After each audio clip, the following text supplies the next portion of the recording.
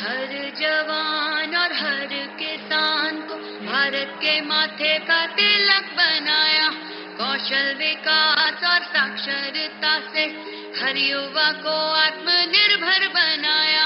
विश्व के शिखर पे आया भारत, सफल विदेशी नीतियों से चमकाया भारत। मेरा परिवार, हकीकत मेरा परिवार, मोदी को अब की बार, सब मोदी, अब की बार मैं देश दुनिया के सबसे बड़े नेता, हिंदुस्तान के लोकप्रिय प्रधानमंत्री आदरणीय नरेंद्र भाई मोदी जी का स्वागत, वंदन और अभिनंदन करती हूं। मोदी जी को, मोदी जी को, मोदी जी को मैं अपने प्रदेश के मुखिया, लोकप्रिय मुख्यमंत्री आदरणीय योगी आदित्यनाथ जी को आग्रह करती हूं कि वो मंच पर आए और स्वागत भाषण करें।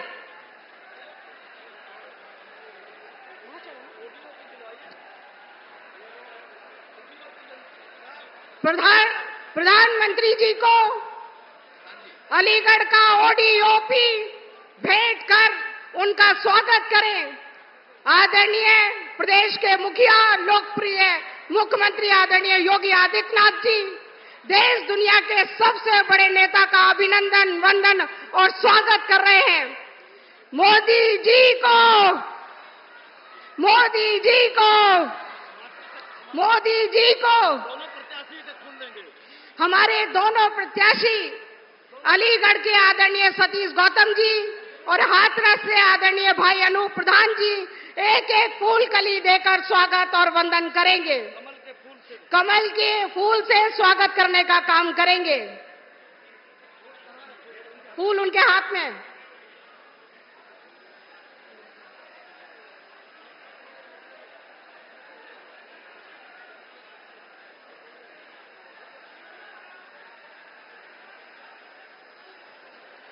हमारे दोनों लोकप्रिय प्रत्याशी आदरणीय भाई सतीश गौतम जी, आदरणीय भाई अनूप प्रधान जी कमल के कली के साथ लोकप्रिय प्रधानमंत्री जी का स्वागत, वंदन और अभिनंदन करेंगे।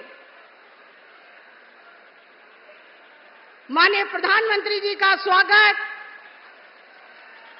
एक बार जोरदार तालियों से खड़े होकर उनका अभिनंदन और वंदन करेंगे। एक बार जोरदार तालियों से इस देश दुनिया के लोकप्रिय नेता आदरणीय नरेंद्र भाई मोदी जी का स्वागत करेंगे।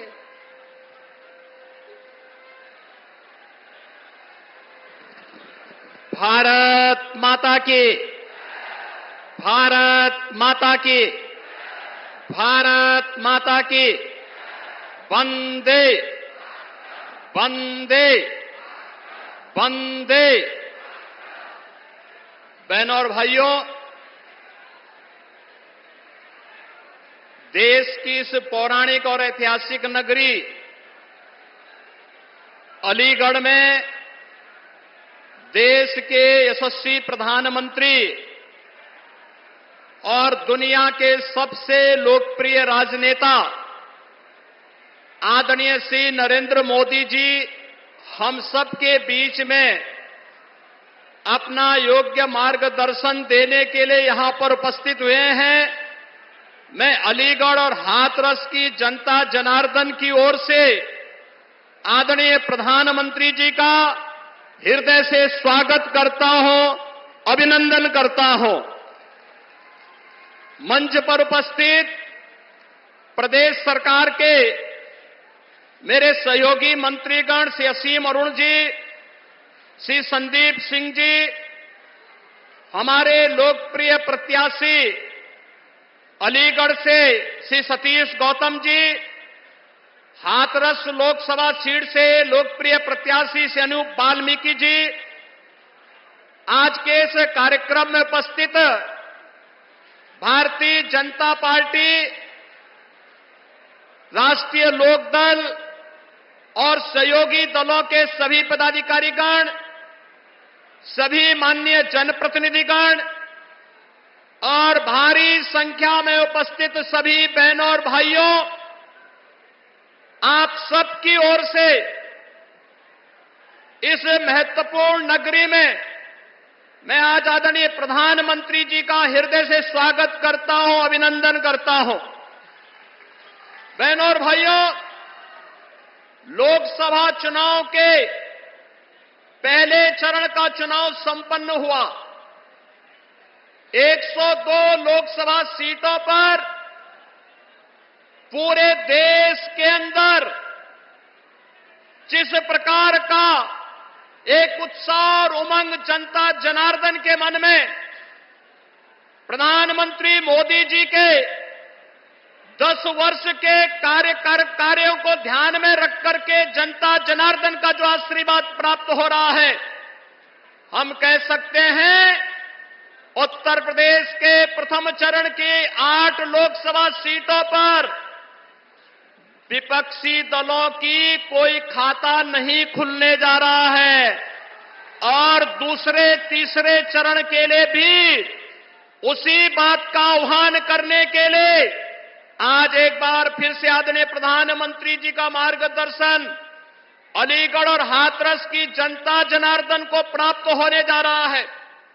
बहनों और भाइयों, विकास और विरासत और गरीब कल्याण की जिन योजनाओं को पिछले 10 वर्ष के अंदर इस देश ने मूर्त रूप लेते हुए देखा है, वह अभूतपूर्व है, अभिनंदनीय है और भारत को विकसित भारत के रूप में स्थापित करने के लिए एक महत्वपूर्ण आधार स्तंभ के रूप में हम सबको प्राप्त हुआ है। इस सब के प्रति कृतज्ञता ज्ञापित करने का एक अवसर लोकसभा चुनाव 2024 हम सबको प्राप्त हुआ है। मेरी आप सबसे अपील है, अलीगढ़ और हाथरस की जनता जनार्दन को तो प्रधानमंत्री जी ने वह सब कुछ दिया जो यहां की जनता जनार्दन की दशकों से मांग थी। जो लोग कभी इस बात के लिए नहीं सोचते थे कि यहां पर भी इस प्रकार के कार्य हो पाएंगे, उन सभी लोगों की अपेक्षाओं पर खरा उतरते हुए याद करिए, महान स्वतंत्रता संग्राम सेनानी राजा महेंद्र प्रताप सिंह के नाम पर विश्वविद्यालय की स्थापना के लिए आदरणीय प्रधानमंत्री जी स्वयं आए थे। अब विश्वविद्यालय बनकर के तैयार होकर के सत्र भी प्रारंभ कर चुका है। डिफेंस कॉरिडोर इसी अलीगढ़ को प्राप्त हुआ है।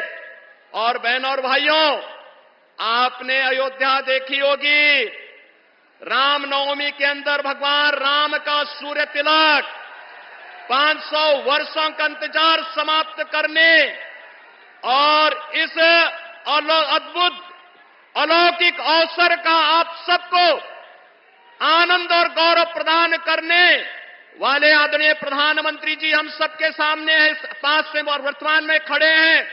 और मैं इस अवसर पर आप सबसे अपील करूंगा, बहनों और भाइयों, जिन सपा बसपा कांग्रेस के लोगों ने आपको विकास से वंचित रखा, आपकी आस्था के साथ खिलवाड़ किया, आपकी सुरक्षा को सेंध लगाने का प्रयास किया, अब अवसर आ गया है चुनाव के माध्यम से उनकी किस्मत पर अलीगढ़ का ताला लगा करके तीसरी बार प्रधानमंत्री मोदी जी को देश की सत्ता सौंपे। भारत दुनिया की एक बड़ी ताकत बनेगा और बड़ी ताकत बनाने के लिए, आत्मनिर्भर भारत बनाने के लिए, विकसित भारत बनाने के लिए आदरणीय प्रधानमंत्री जी के साथ देश भर का जो स्वर जुड़ रहा है, उस स्वर के साथ हम भी उस स्वर के साथ अपना स्वर मिलाएंगे। वह स्वर है फिर एक बार,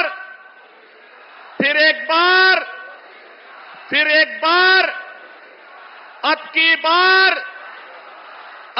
बार आप सभी लोग इस विश्वास के साथ आप सबसे अपील करूंगा, अलीगढ़ से भारतीय जनता पार्टी ने पुनः सतीश गौतम को अपना प्रत्याशी बनाकर के आपके बीच उतारा है और अनूप प्रधान हाथरस से भारतीय जनता पार्टी के प्रत्याशी के रूप में आपके बीच में है। आदरणीय प्रधानमंत्री जी के प्रतिनिधि के रूप में कमल चुनाव चिन्ह के साथ आपके बीच में है। आप सबसे मेरी अपील होगी, हमें कमल चुनाव चिन्ह देखना है और मोदी जी के 10 वर्ष के कार्यों के प्रति कृतज्ञता ज्ञापित करने का जो एक अवसर हम सबको प्राप्त हो रहा है, इस रूप में हम लोग चुनाव जिता करके भारतीय जनता पार्टी और सहयोगी दलों को विजयी बना करके भेजेंगे। इस विश्वास के साथ मैं एक बार फिर से आदरणीय प्रधानमंत्री जी का हृदय से स्वागत करता हूं, अभिनंदन करता हूं। धन्यवाद। जय जय श्री राम।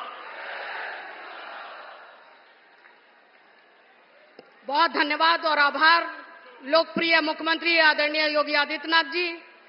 मैं जिनका स्मरण इस वक्त अपनी बात रखने के लिए करना चाहती हूं, ऐसी देश दुनिया के सबसे बड़े नेता, हिंदुस्तान के लोकप्रिय प्रधानमंत्री, जिन्होंने रामलला की प्राण प्रतिष्ठा के लिए 11 दिन तक यम और नियम का पालन किया, कठोर उपवास किया, धरती पर सोए, नदियों में स्नान किया, रामलला के मंदिर, उनके से जुड़े हुए मंदिरों के दर्शन करने का काम इस देश के प्रधानमंत्री जी ने किया। मैं उनसे निवेदन पूर्वक, आग्रह पूर्वक, विनम्रता पूर्वक उनसे निवेदन करती हूं कि वो आए और अपनी बात इस जनता जनार्दन के सामने रखें। न तो कामाय राज्यम न मोक्षम न पुनर्भवम, कामाय दुख तृप्ता नाम प्राणी नामार्थ नाशनम। माननीय प्रधानमंत्री जी।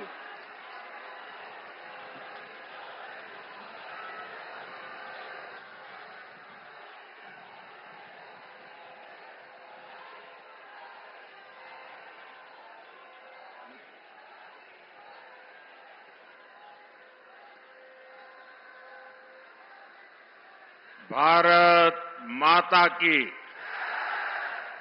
भारत माता की, भारत माता की। राधे राधे।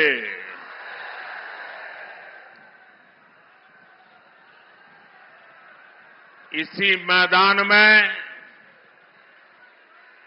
मुझे कई बार अलीगढ़ के लोगों से मिलने का अवसर मिलाया है। पिछली बार जब मैं अलीगढ़ आया था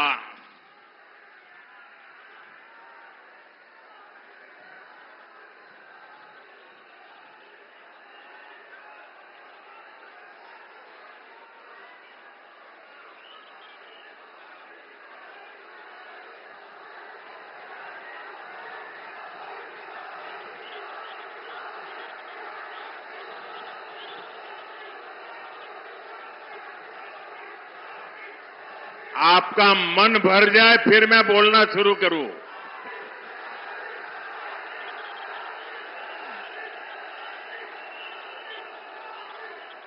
अब आप इजाजत दें तो मैं बोलना शुरू करूं। अब आप इजाजत दें तो बोलना शुरू करूं। इजाजत है? हमारे लिए तो जनता जनार्दन ही भगवान है। आप इजाजत दें तो हम शुरू करेंगे। इजाजत है? राधे राधे।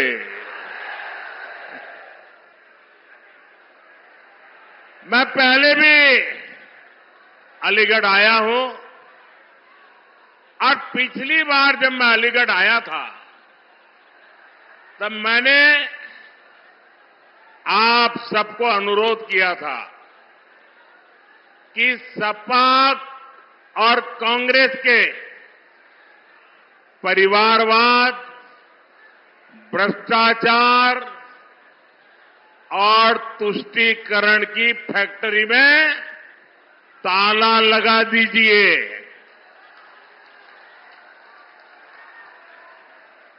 याद है ना?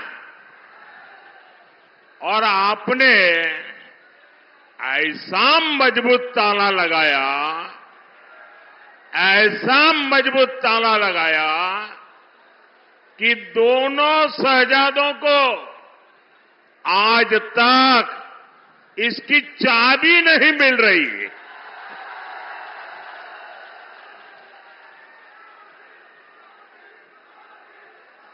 आज मैं अलीगढ़ की जनता को, हाथरस के मेरे भाई बहनों को फिर एक बार प्रार्थना करने आया हूं, आपका आशीर्वाद लेने आया हूं। और मेरी आपसे प्रार्थना यह है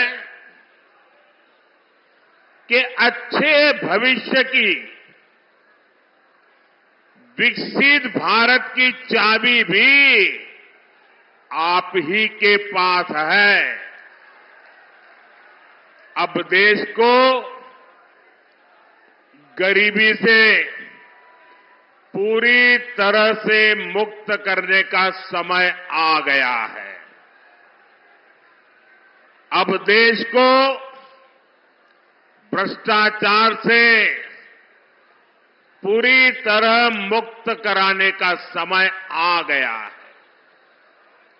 अब देश को परिवारवादी राजनीति से मुक्त कराने का समय आ गया है। और इसके लिए जरूरी है फिर एक बार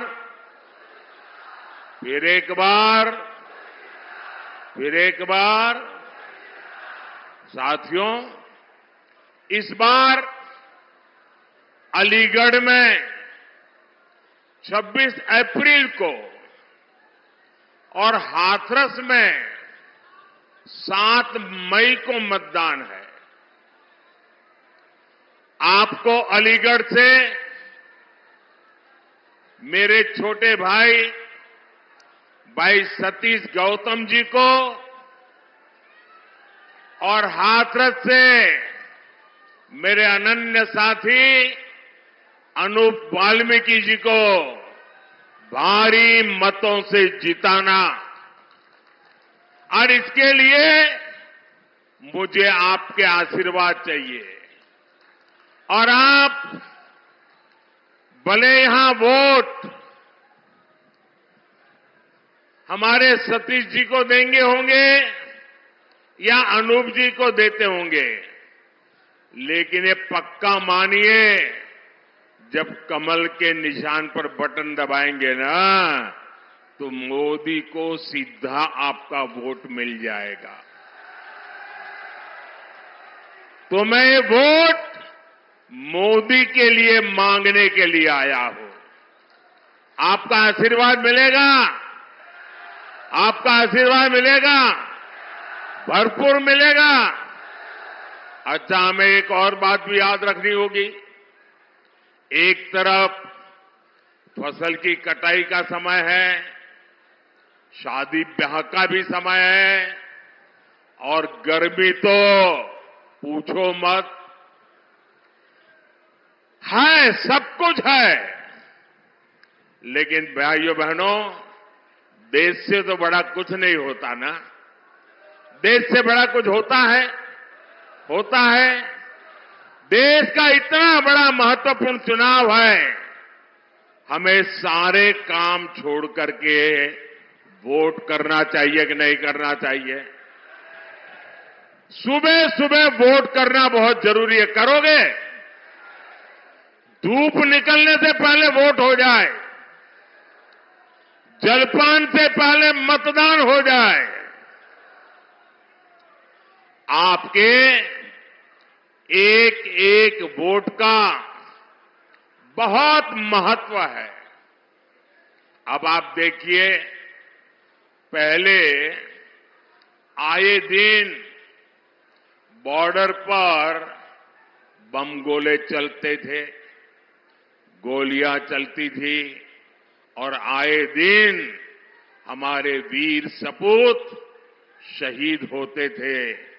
तिरंगे में लिपट करके उनका शरीर घर लौटता था। आज ये सब बंद हो गया कि नहीं हो गया? सबकी बोलती बंद हो गई कि नहीं हो गई? उनकी तोप और बंदूक बारूद सब बिक गए कि नहीं बिक गए?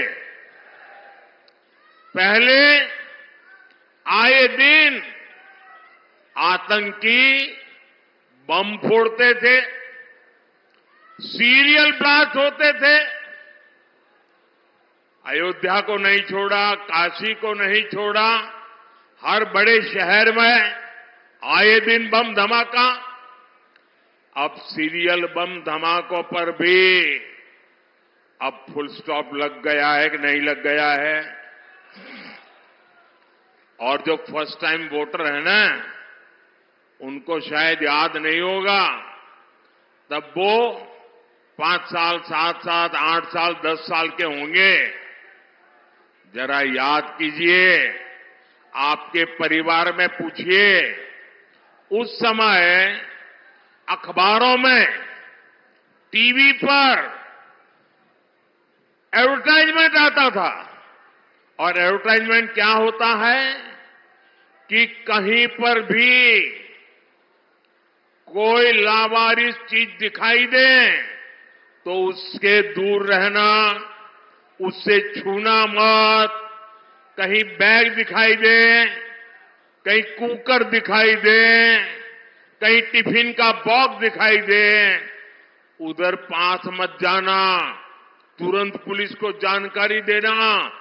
ये आए दिन सूचना दी जाती थी।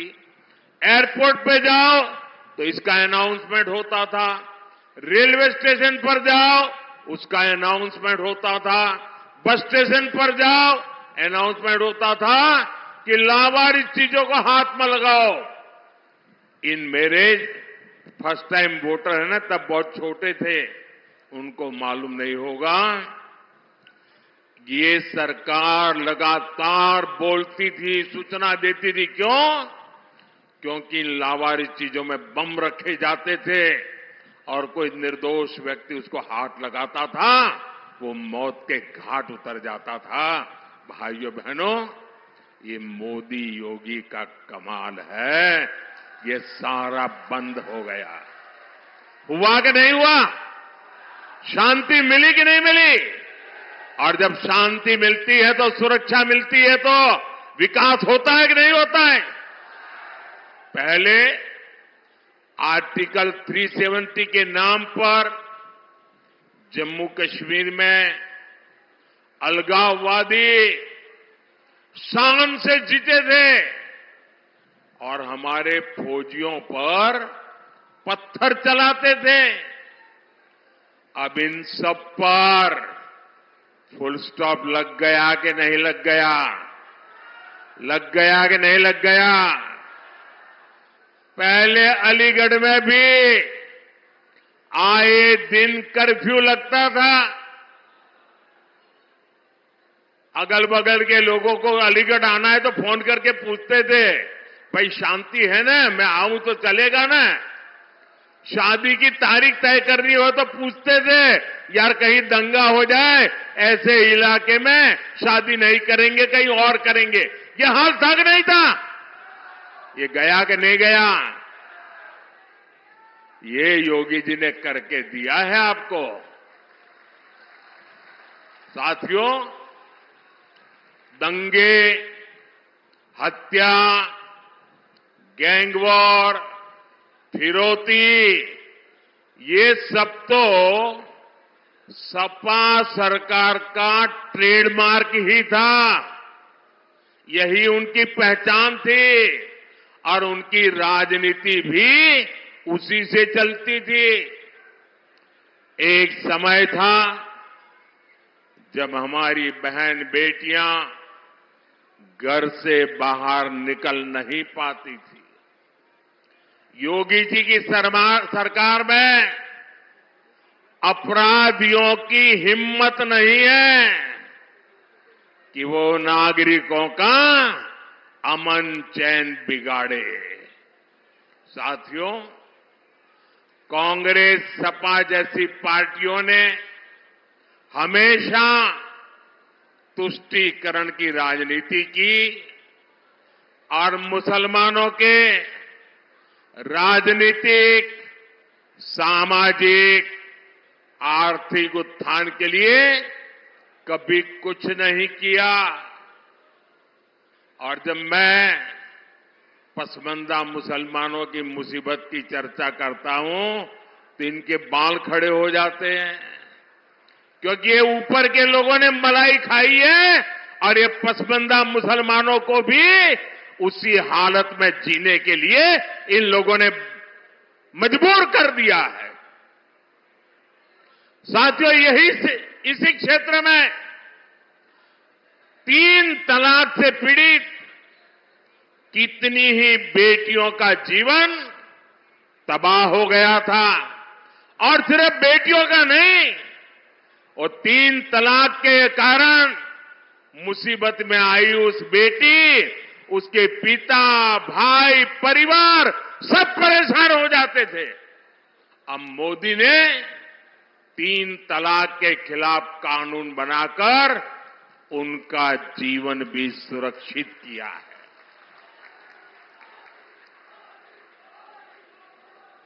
पहले हज कोटा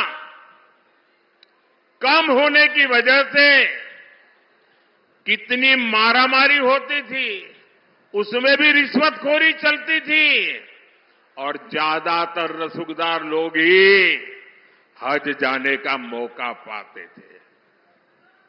मैंने सऊदी अरब के क्राउन प्रिंस से आग्रह किया था कि हमारे भारत के मुसलमान भाई बहनों के लिए हज का कोटा बढ़ाएं। आज न सिर्फ भारत का हज का कोटा बढ़ा है, बल्कि वीजा नियमों को भी आसान बनाया गया है। सरकार ने एक बहुत बड़ा अहम फैसला लिया। पहले हमारी मुस्लिम माताएं बहनें अकेली हज करने जा नहीं सकती थी। सरकार ने महिलाओं को बिना महरम हज जाने की अनुमति भी दी, और मुझे हजारों ऐसी बहनें आशीर्वाद दे रही हैं जिनका हज जाने का सपना पूरा हुआ। साथियों, कांग्रेस, सपा जैसी भ्रष्ट पार्टियों ने आपके परेशानियों को उनकी कभी परवाह नहीं की। गरीब को पैसे देकर भी पूरा राशन नहीं मिलता था, बिचौलिए ही लूट लेते थे। आज अलीगढ़ और हाथरस के लाखों साथियों को मुफ्त राशन मिल रहा है। इतना ही नहीं, पूरा राशन मिल रहा है। अलीगढ़ और हाथरस के लाखों परिवारों को आयुष्मान भारत योजना के तहत मुफ्त इलाज की सुविधा भी मिली है। अब मोदी की गारंटी है कि देश के हर परिवार में, आपके घर में जो बुजुर्ग माता पिता है, दादा दादी है, नाना नानी है, चाचा चाची है, अब उम्र के कारण और कोई तो काम कर नहीं पाते, और उम्र के कारण कोई न कोई बीमारी आ ही जाती है। अब आपके डबल जिम्मा होता है, एक तो परिवार के बुजुर्गों को संभालना, दूसरा जिम्मा होता है अपने बच्चों का भविष्य बनाना, और उसमें अगर बुजुर्ग कोई बीमार हो गए तो सारा बोझ आप पर आ जाता है। ये मोदी है जिसको आपकी भी चिंता है, और इसलिए मोदी ने गारंटी दी है कि आपके परिवार के 70 साल की ऊपर के आयु के कोई भी बुजुर्ग माता पिता को 5 लाख रुपए तक मुफ्त इलाज की चिंता ये बेटा करेगा। भाइयों बहनों, ये राशन मिल रहा है, इलाज मुफ्त में मिल रहा है, घर मिल रहे हैं, ये सब किसने किया? ये सब किसने किया? किसने किया? किसने किया? किसने किया? किसने किया? आपका जवाब गलत है। ये मोदी ने नहीं किया, ये आपके एक वोट ने किया है। आपके वोट की ताकत है जिसके कारण गरीब का भला हो रहा है। और इसलिए इसका जो पुण्य है ना, उस पुण्य के आप भी उतने ही हकदार हैं।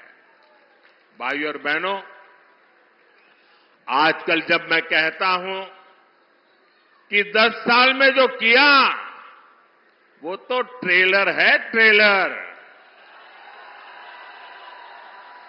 हमें तो बहुत सारा काम करना है।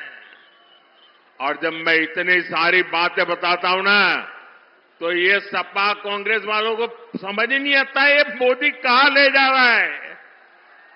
बोले पहले तो हम तू मैं राजनीति करते थे, अब मोदी इतनी बड़ी दुनिया की तरफ देश को ले जा रहा है, वो मोदी के साथ कदम ही नहीं मिला पा रहे।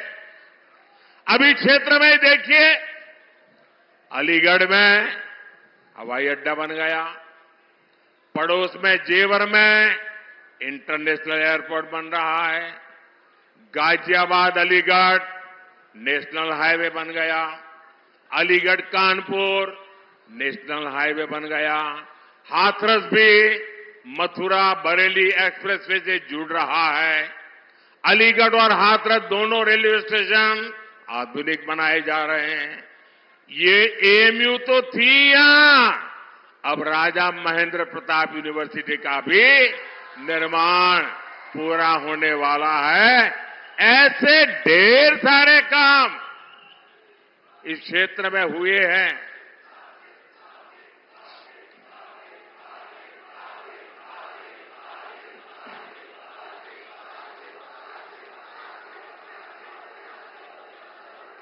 अब आप मुझे बताइए, इतने सारे काम हो जाए तो किसी को भी आराम करने का मन कर जाए कि न कर जाए? कर जाए कि न कर जाए? लेकिन ये मोदी है, आपके लिए जीता है, वो रुकना जानता नहीं है।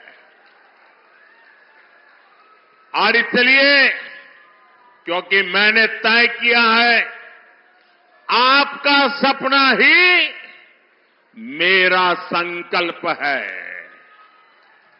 मेरा पल पल आपके नाम है। मेरा पल पल देश के नाम है। 24/7 फॉर 2047। न मोदी रुकने वाला है, न मोदी थकने वाला है, और न मोदी मौज करने के लिए पैदा हुआ है। मोदी मेहनत के लिए पैदा हुआ है। वो आपके भविष्य के लिए, आपके बच्चों के भविष्य के लिए मेहनत करने में कोई कमी नहीं रखूंगा। साथियों, ये इंडी गठबंधन वाले इतनी निराशा में डूबे लोग हैं कि भविष्य की ओर देखने के लिए हौसला ही नहीं रहा। ये कहते हैं कि मोदी विकसित भारत की बात क्यों करता है? ये कहते हैं मोदी भारत को तीसरी बड़ी आर्थिक ताकत बनाने की बात क्यों करता है? ये लोग अपने परिवार और सत्ता के लोभ के अलावा कुछ नहीं करते और जनता से छलावा करते रहते।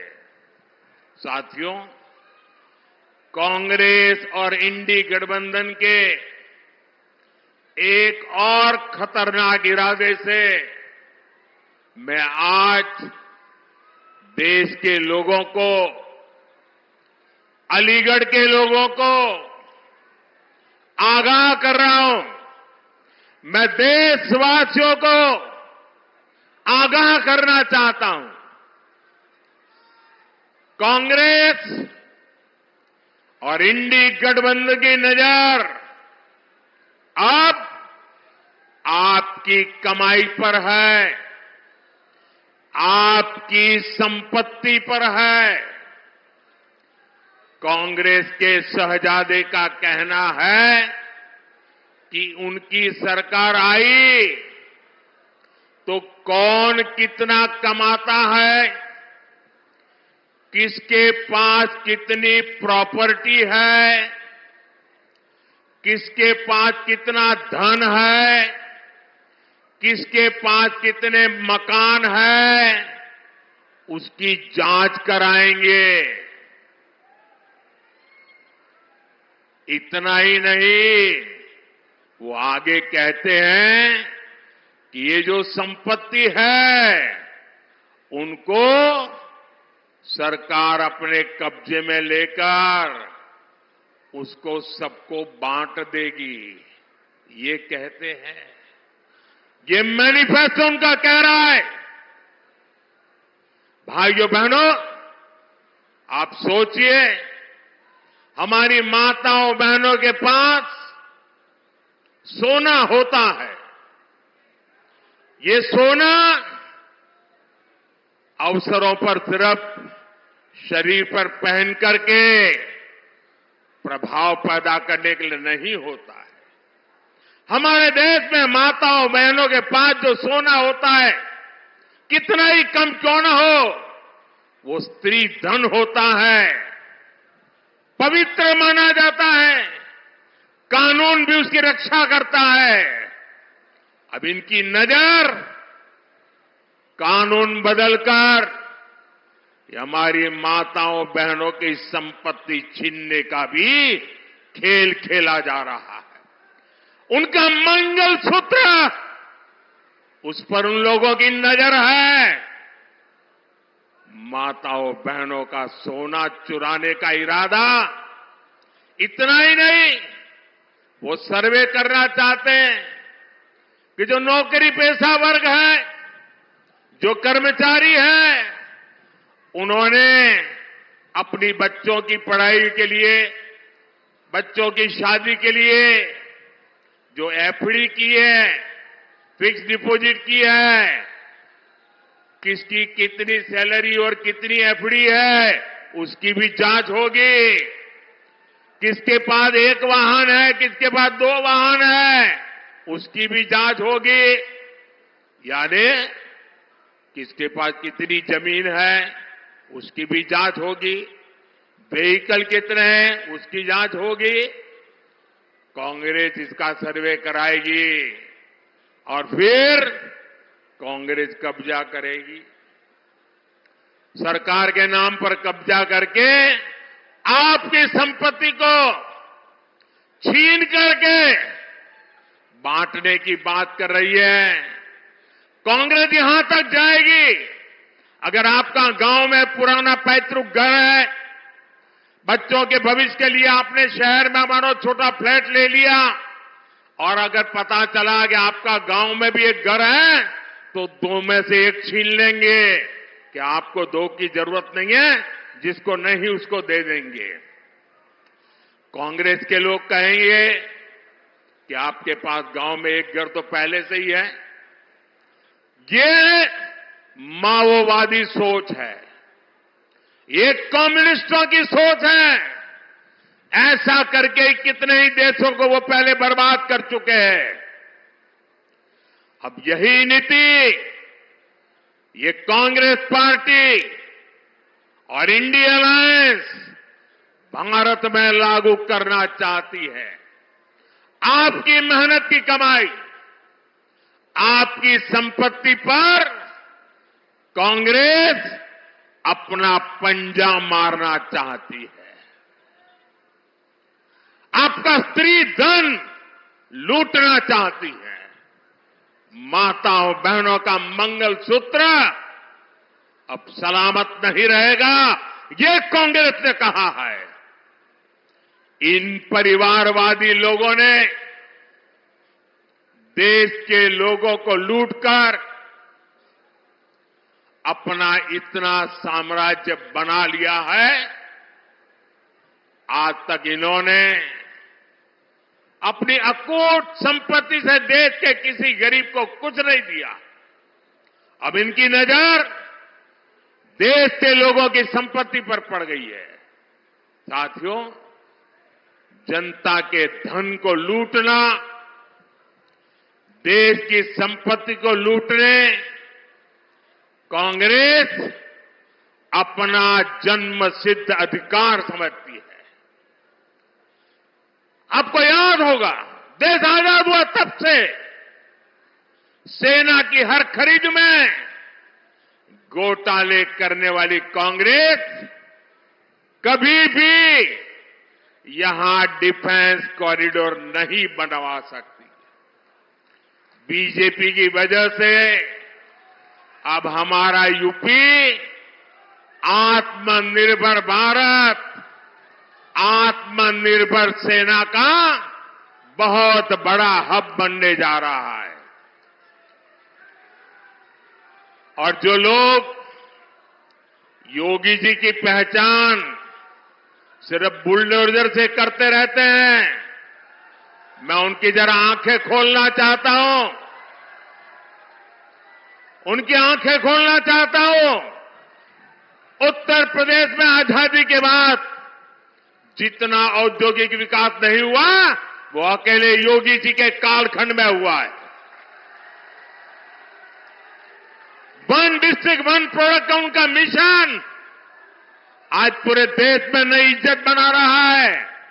आपने सिर्फ बुलडोजर बुलडोजर की बातें कही, अगर विकास को नई ऊंचाइयों पर कोई ले गया है तो योगी जी की सरकार ले गई है। और काशी के सांसद के नाते, मैं उत्तर प्रदेश का सांसद हूं, ये मेरे भी माननीय मुख्यमंत्री है, मैं गर्व अनुभव करता हूं कि मेरे पास ऐसे साथी हैं।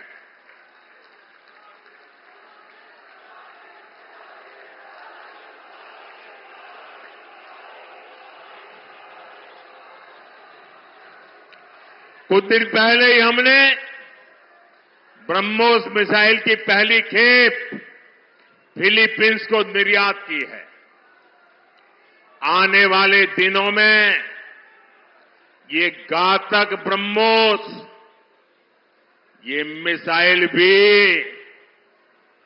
हमारे यूपी में बनेगी।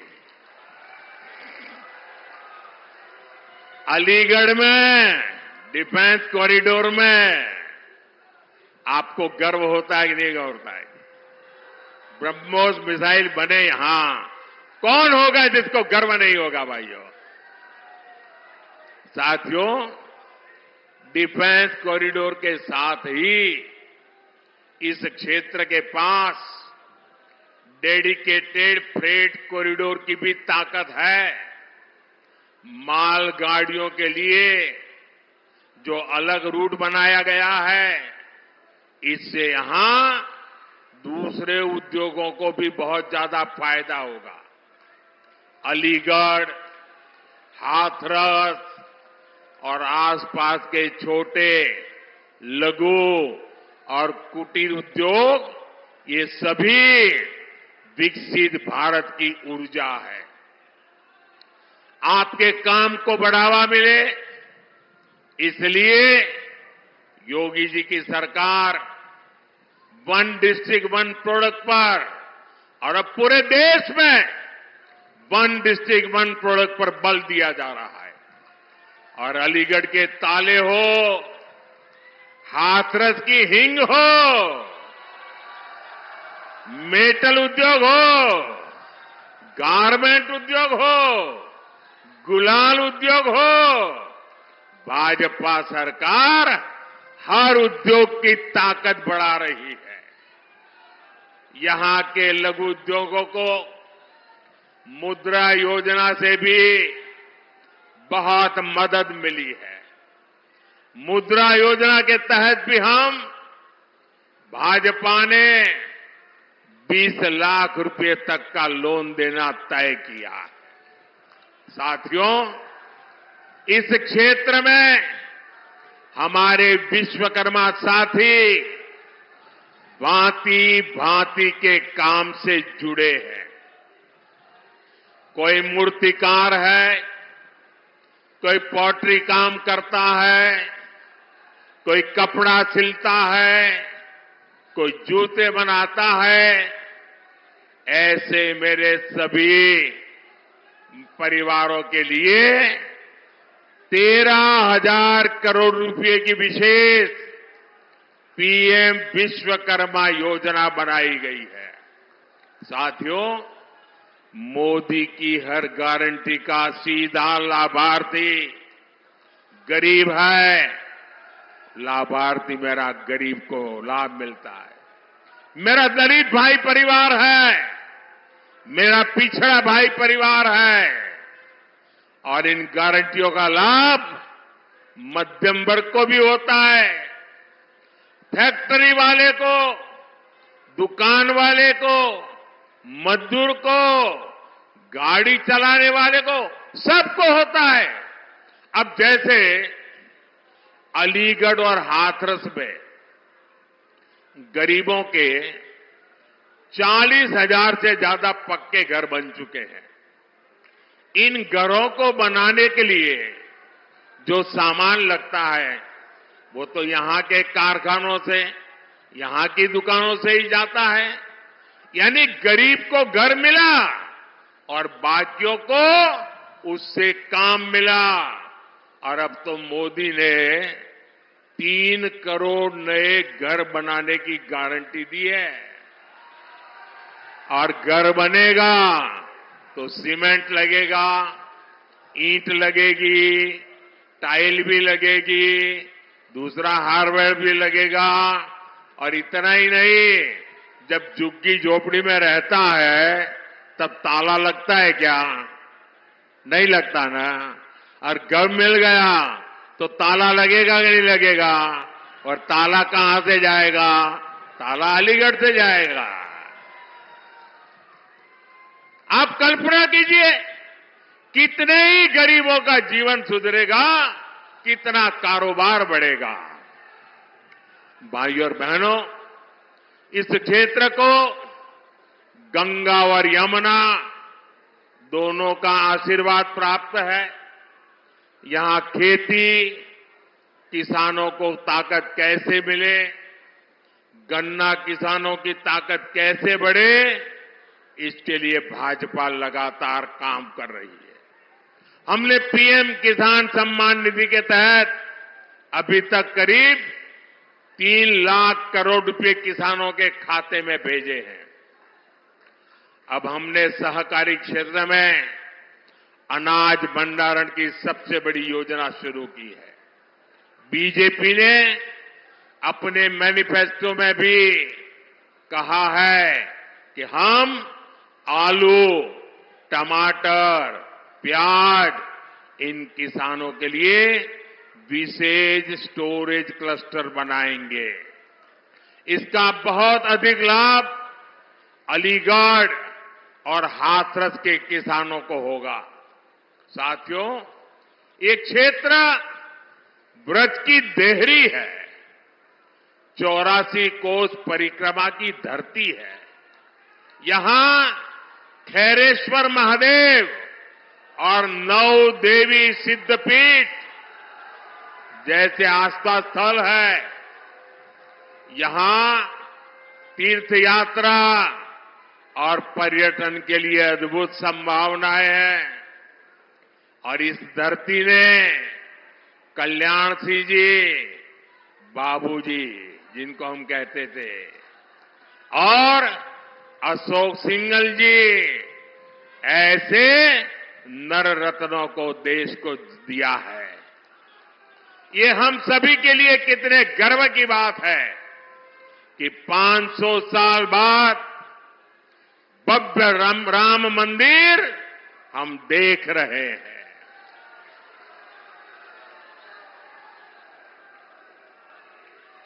और जब भव्य राम मंदिर की बात आती है ना, तो उनकी नींद उड़ जाती है। उनको लगता है ये 70-70 साल तक हम रोक करके बैठे थे, ये मोदी क्या आ गया, इतने साल में ही कोर्ट से जजमेंट भी आ गया, मंदिर भी बनना शुरू हो गया, मंदिर बन भी गया, प्राण प्रतिष्ठा भी हो गई, रोज लाखों लोग आने भी लग गए। अब इनकी नींद उड़ गई है, मैं क्या करूं बताओ। और इसलिए इतने गुस्से में है, ये इतने गुस्से में है कि प्राण प्रतिष्ठा के निमंत्रण को ठुकरा दिया। कोई ऐसा करेगा क्या? करेगा क्या? मुझे जब प्राण प्रतिष्ठा का निमंत्रण देने आए थे ना, तो मैंने जूते निकाल करके उस निमंत्रण कार्ड को हाथ में लेकर के अपने सर पे लगाया था। मैं उसे मेरा भाग्य मानता था। भव्य राम मंदिर आज के भारत को विकसित होने का आशीर्वाद दे रहा है। साथियों, अब आपको विकसित भारत बनाने के लिए भारत में एक मजबूत सरकार बनानी है और इसके लिए भाजपा को वोट करना है, एनडीए को वोट करना है। मेरा आपसे अनुरोध है कि आप घर घर जाइए, सभी मतदाताओं जो जाकर के इन सारे विषय घर में बैठ करके बताइए और उनसे वादा करिए कि छुट्टी हो, शादी हो, कुछ भी हो, लेकिन वोट करने जाएंगे, उनसे वादा करिए, पक्का करिए। और दूसरा काम, जब मतदान होना तो उत्सव मनाइए अपने पोलिंग बूथ में। ये लोकतंत्र का उत्सव है, आनंद उत्सव होना चाहिए। छोटी छोटी 15-15, 20-20 की टोलियां गीत गाते गाते मतदान करने के लिए जाए और हमारे गांव वाले तो तुरंत गीत बना भी देते हैं। लोकतंत्र का जय जयकार करते हुए जाए और ऐसा उत्सव मनाए और फिर मतदान कर करके वापस लौटे।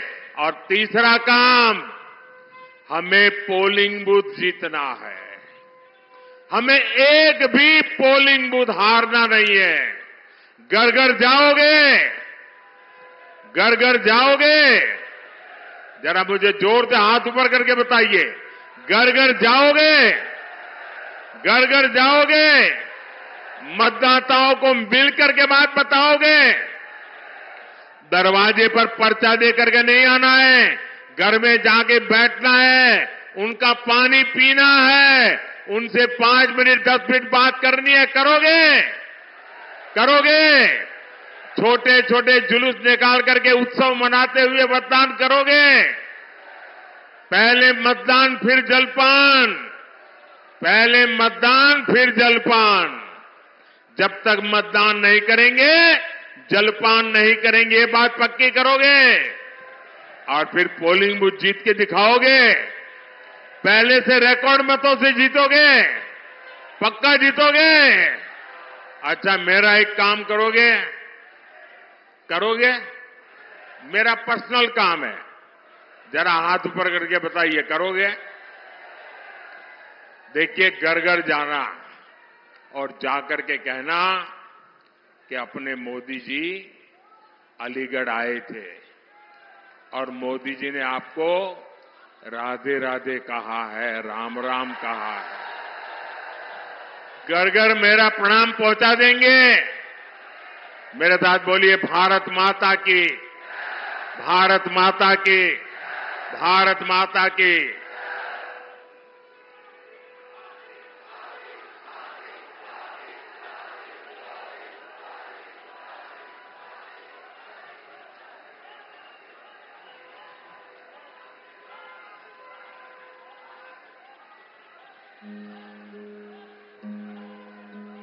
सालों से देश था हाल बेहाल, प्रगति की धीमी पड़ी थी चाल।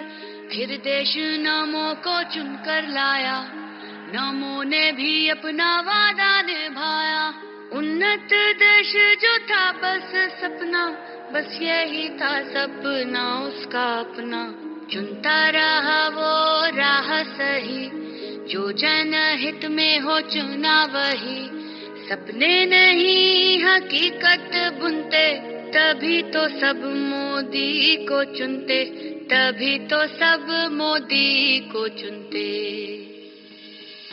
भारत को ही माने अपनी माता, देश की जनता है उसका विधाता।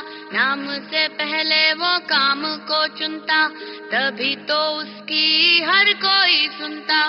भारतीय नारी विश्व पे